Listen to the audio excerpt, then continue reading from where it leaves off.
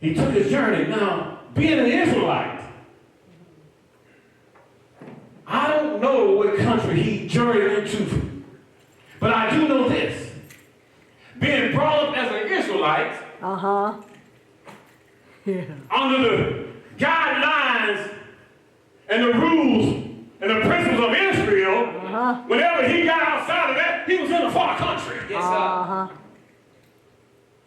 Hallelujah. Now today, a lot of people who don't leave town, they haven't left town, but they're in a far country. Yes, sir. Because they are in the places that do not speak of salvation. Now, young people, when you start running in the area where they're doing drugs and alcohol, you're in a far country. Yes, sir. When you start getting with the crowd that is about everything but except Jesus Christ, you're in a far country. Yeah, preach. And those of us, church-going peoples, Yes, sir. who've been in the church 5 and 10 and 15 and 20 and 25 years, and not honoring God like the Bible says, you're in a far country.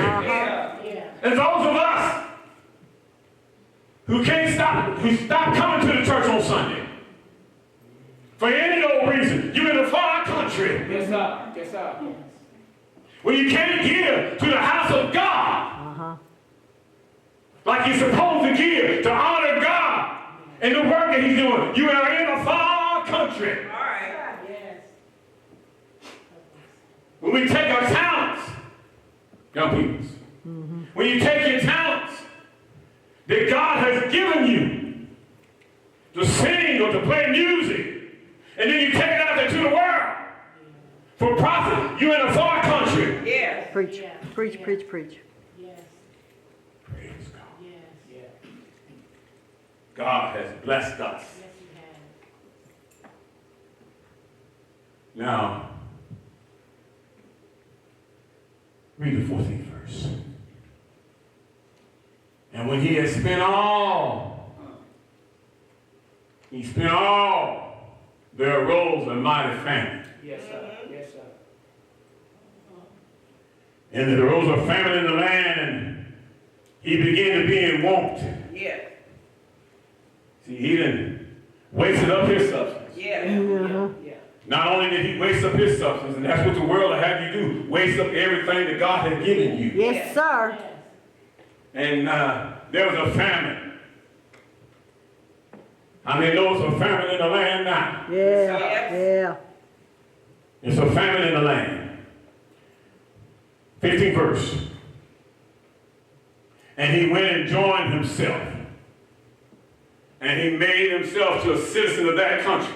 In other words, he had got outside of what he was taught. Yeah. He got outside of what he knew was right. All right. He got outside of what he was taught and joined himself to another country.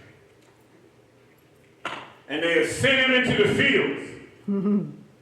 They sent him in the fields to feed the swine. All right. Back in my day, I look at Mother Birdie and some old folks here, Brother Block and some older people. We young folks don't know nothing about it. Sister Pat, different ones who know. It says feed the swine. They call it slop the hog. Yes, that's it. Yeah. So he was almost ready to go slop the hogs. Yes. 16th verse.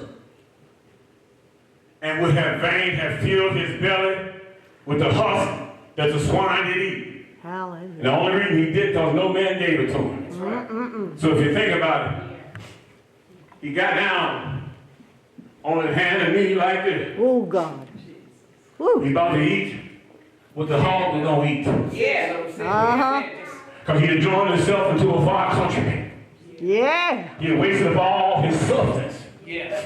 And there arose a famine in the land. Yeah. And now I'm hungry. Uh-huh. And the slop began to look good to me. Oh, Yeah. God. The slop began to look good to me. Hallelujah, God. Yes. I was often taught when we take what God give us and take it to the world, when the devil get finished with us, we come running back. Oh, yeah. Yeah. Yes.